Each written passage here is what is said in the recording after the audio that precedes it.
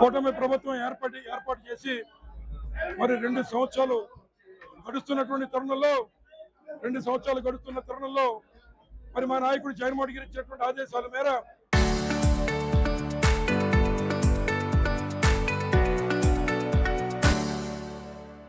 ప్రజల పక్షాన నిలబడి మోసపూరిత హామీలు ఇచ్చినటువంటి ప్రభుత్వం మీద ఒత్తిడి చేసే విధంగా మరి కార్యక్రమం చెప్పమని ఆదేశించడం జరిగింది.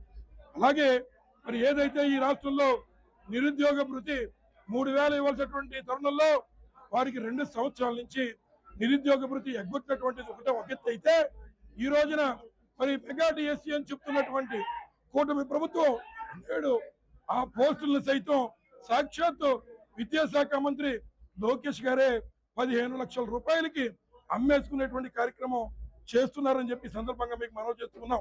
మరి మీరు అడగొచ్చు ఏ రకంగా మాట అంటారని అడిగితే మరి ఏదైతే కూటమి ప్రభుత్వం చెబుతోంది మేము క్రీడాకారుల్ని ప్రోత్సహించడం కోసం మేము పరీక్ష రాయకపోయినా కొంతమంది క్రీడాకారులకి ఉద్యోగాలు ఇచ్చామని చెప్తున్నారు. మరి మీరు క్రీడాకారులను ప్రోత్సహించేటప్పుడు పరీక్ష రాయని వారికి మీరు ఉద్యోగాలు ఇచ్చేటప్పుడు ఈ రోజు దుర్గా అనేటువంటి వ్యక్తి మరి ఏదైతే విలువిద్య ప్రదర్శించడంలో మరి నేషనల్ వైడ్ గోల్డ్ మెడల్ వచ్చినటువంటి క్రీడాకారుణ్ణి మీరు ఏ రకంగా వదిలిపెట్టారో నారా చంద్రబాబు నాయుడు గారు, లోకేష్ గారు, విద్యాశాఖ మంత్రి గారు అని ఈ సందర్భంగా అడుగుతున్నాం.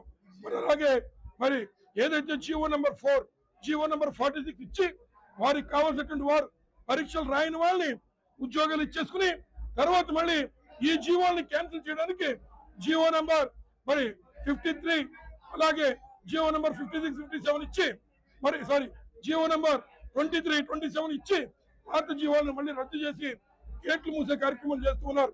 అటువంటి తరుణంలో ఈ రోజు ఎవరైతే నిరుద్యోగులు వారి జీవితాల్ని పనంగా పెట్టి చదువుకుంటున్న వారిని మీరు మోసం చేసి ఇంకా రాజీనామా చేయకుండా మీరెవరో మంత్రులు ఎవరో ప్రెస్ దగ్గరకు వచ్చి నిలబడేటువంటి దమ్ము లేక చంద్రబాబు నాయుడు గారికి సిబిఐ ఎంక్వైరీ విధించుకునేటువంటి శక్తి లేక ఇవాళ విద్యార్థుల్ని మోసగిస్తూ ఉన్నారు. వారి భవిష్యత్తును మీ కబంధ హస్తాలతో వెకలించేస్తున్నారని చెప్పి సందర్భంగా మనం చేస్తున్నాం. అలాగే మరి ఉన్నటువంటి పవన్ కళ్యాణ్ గారు నాకు పదవులతో నేను ఎంతసేపు మరి ప్రశ్నించడానికే పుట్టానని చెప్తున్నటువంటి పవన్ కళ్యాణ్ గారు విద్యార్థులు ఆ రోజు మీ తండ్రి గారు ఎలా అయితే కానిస్టేబుల్ సెలక్షన్ లో సెలెక్ట్ అయ్యారో అలాగే ఇవాళ విద్యార్థులు మరి చాలా మంది డిఎస్సికి సెలెక్ట్ అవుతున్నారు. అటువంటి వారి ఆశల మీద ఈ ప్రభుత్వం మీరు మద్దతు ఇచ్చిన ప్రభుత్వం మరి నీళ్లు పోస్తూ వారిని నోరు మూయిచ్చేస్తూ ఉంటే మీరు బాధ్యత కలిగినటువంటి మరి జనసేన నుంచి మీరు ఎందుకు ప్రశ్నించలేకపోతున్నారని ఈ సందర్భంగా పవన్ కళ్యాణ్ గారు కూడా మేము వైఎస్ఆర్ కాంగ్రెస్ పార్టీని నిలదీస్తున్నాం.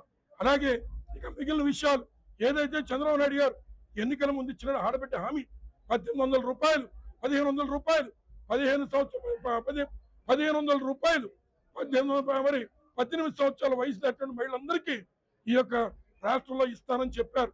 మరి ఆ రకంగా మీరు మహిళలకు బాకీ పడ్డారో ఇప్పటికీ ఆ రకంగా 1 రూపాయి మరి వారికి జమ చేయలేదో మీరు ఎందుకు రాజీనామా చేయరని మేము నిలదీస్తున్నాం.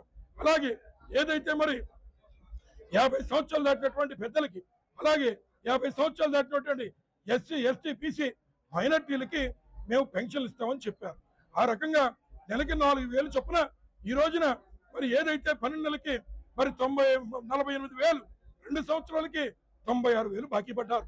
మరి అటువంటి తరుణంలో మీరు ఇప్పటి వరకు ఒక్క పెన్షన్ ఇవ్వనప్పుడు మరి మీ పక్కన ఉన్నటువంటి ఎస్సీ, బీసీ మంత్రులు ఏమి చేస్తున్నారని ఈ సభాముఖంగా మేము నిలదీస్తూ ఉన్నాం. మరి అలాగే మరి మూడోదిగా ఏదైతే ఈ యొక్క నియోజకవర్గంలో మరి బండారు బ్రాండ్ బ్రదర్స్ ఇద్దరు కలిపి మరి ఏదైతే మరి మద్య దుకాణాల దగ్గర ఎంఆర్పి రేట్లకే మీరు సరుకులు అమ్మాలి. అటువంటి తరుణంలో మీరు ఎంఆర్పి రేట్లు కాకుండా ఈ నియోజకవర్గంలో అదనంగా 20 రూపాయలు బండారు ట్యాక్స్, బాబు ట్యాక్స్ పేరుతో ఏ రకంగా వసూలు చేస్తారో సామాన్య ప్రజానీకం దగ్గరని మరి ఎవరైతే ఎక్సైజ్ కమిషనర్ గారు ఉన్నారో వారు అలాగే ఉన్నటువంటి మరి ఎవరైతే మరి మందు శాఖ మంత్రులు ఉన్నారో వారు కూడా చెప్పాలి. బహుశా వారే మందు తాగి పడుకుని ఉంటారు, అందుచేత చెప్పలేకపోతున్నారని మేము భావిస్తూ ఉన్నాం. అలాగే మరి మూడోది ఏదైతే గ్యాస్ సిలిండర్లు అలాగే ఉన్నటువంటి వంట నూనెలు అలాగే మరి ఉన్నటువంటి నిత్యావసర సరుకుల ధరలు, కరెంటు బిల్లులు మొత్తం మోగిపోతూ ఉంటే మీరు గుడ్డిగుర్రం పళ్ళు తోముతున్నారని ఈ సందర్భంగా ఈ ప్రభుత్వాన్ని నిలదీస్తూ ఉన్నాం. పెట్రోల్ డీజిల్ ధరల్లో మరి 30 రూపాయలు కేంద్ర ప్రభుత్వం విధిస్తుంటే మరి 40 రూపాయలు మరి ఉన్నటువంటి రాష్ట్ర ప్రభుత్వం విధిస్తుంటే అందులో ఎందుకు మీరు కొంత తగ్గించుకుని ప్రజలకు రేట్లు పెంచకుండా డీజిల్ పెట్రోల్ ధరలు పెరగకుండా మీరు చర్యలు తీసుకోవట్లేదని అడుగుతున్నాం.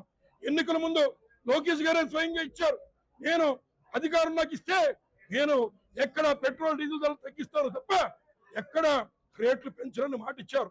మరి ఇవాళ లోకేష్ గారు నైతిక విలువలుంటే మీరు రాజీనామా చేయాలని ఈ సందర్భంగా మేము డిమాండ్ చేస్తూ ఉన్నాం.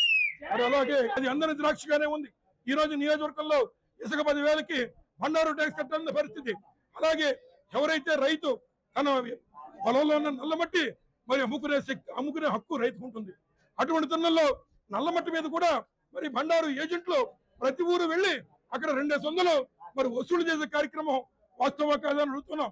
ఇంకా లంకమట్టి సరే 12,000కు అమ్ముతూ ఉంటే ఈ నియోజకవర్గంలో ఉన్నటువంటి ఇటగబట్టి ఓనర్లు ఎత్తి మీద చెంగేసుకుని వెళ్ళిపోతున్న పరిస్థితి వస్తుంది.